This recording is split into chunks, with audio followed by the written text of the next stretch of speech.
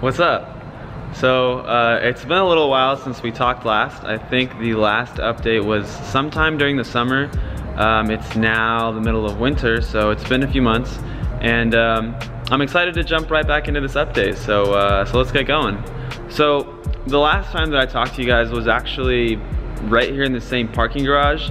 This is where I go to school, and so I thought it'd be kind of a good idea to just sort of jump right back into where we sort of left off. So let's do that, because a lot has changed with the car, a lot has stayed the same. So I thought this would be a good kind of benchmark to kind of start mapping some real progress. So let's jump right into that.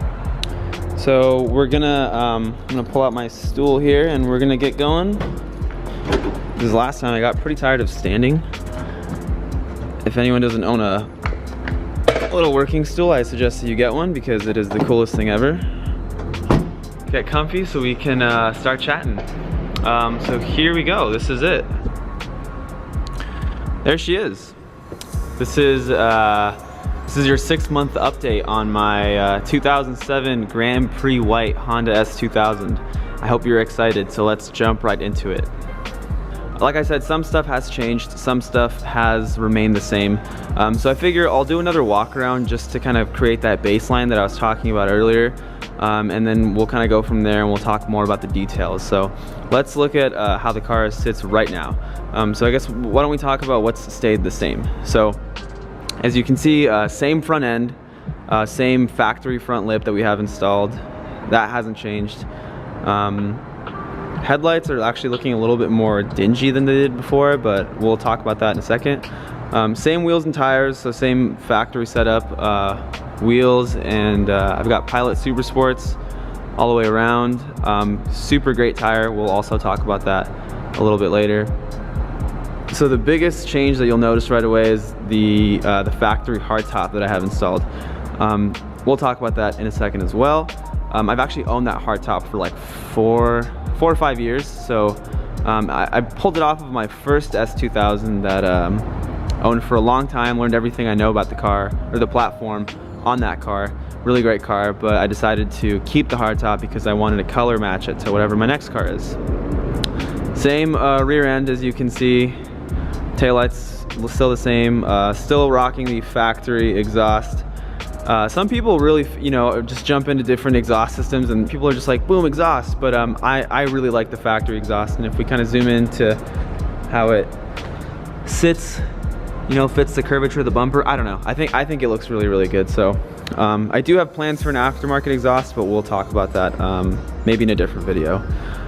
So no real major imperfections on the car. Like I said, it sits pretty much the same as it did just a couple of months ago. So on the outside, it's largely the same. So let's talk about the hardtop.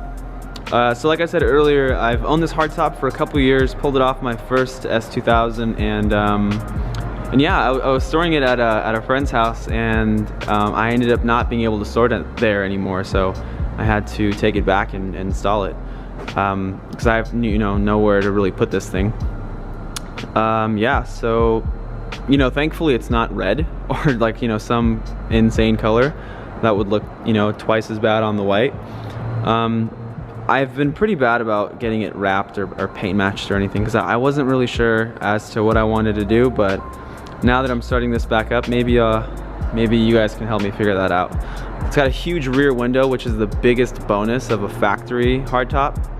There are a lot of factory style, they call them factory style tops, which are replicas modeled after the original, and they also have that really big rear window, which is cool, makes it really really easy to see out of.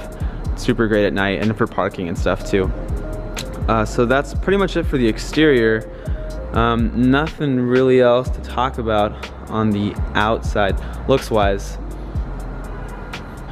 So earlier I was talking about the little details that we had installed on the car, and this is one of them. So this is a factory Stanley brand OEM side marker, and this is actually pulled off of the JDM Type S S2000, as well as the American Club Racer.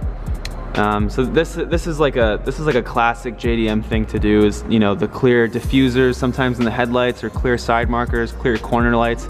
Seems like they only need to be, you know, they only need to be orange in the US. But it's to me it looks cleaner. It's just I don't know, cleaner, more modern, and I'm a big fan of the clear. It just looks, I don't know, looks a little better. You know, silver versus like the orange kind of out of nowhere. So if you were to go to turn it on, see if I can turn it on.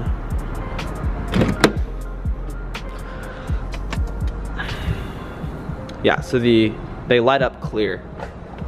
And looks a little funny. I think I might replace this with an amber bulb, or maybe even an amber LED. I'm not really sure. We'll see what options there are. But the clear lights were one of the small details that I think really kind of goes a long way. So next we'll talk about wheels and tires.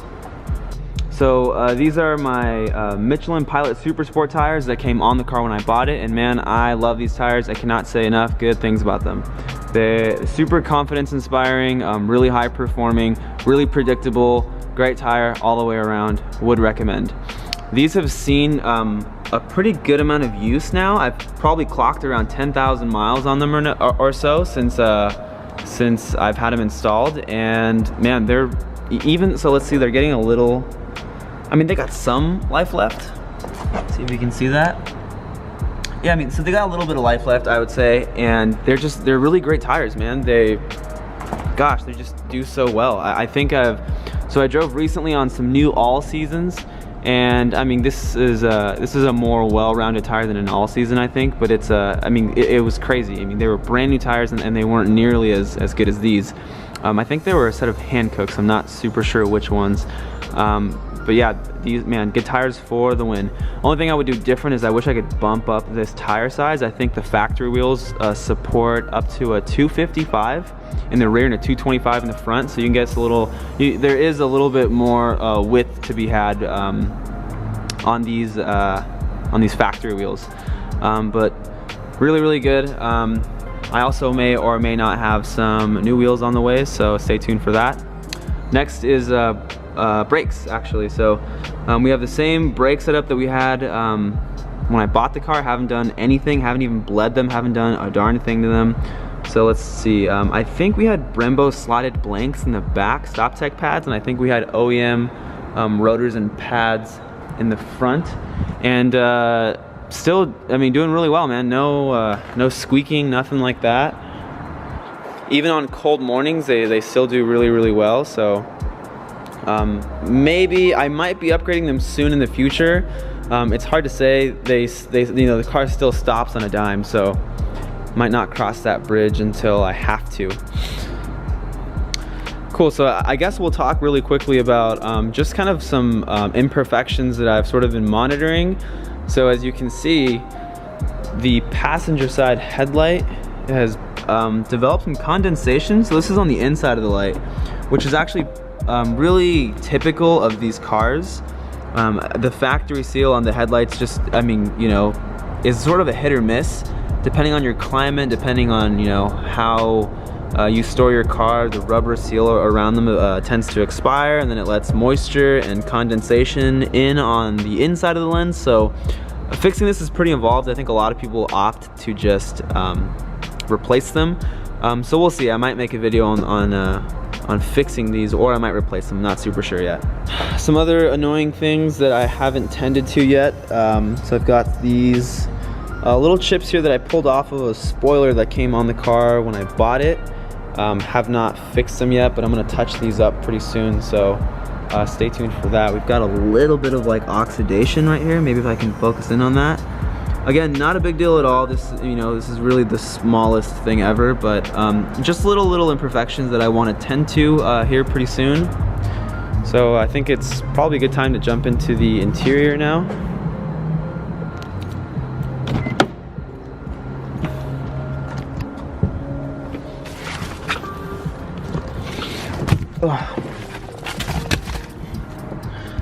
Let's do a mileage check really quick.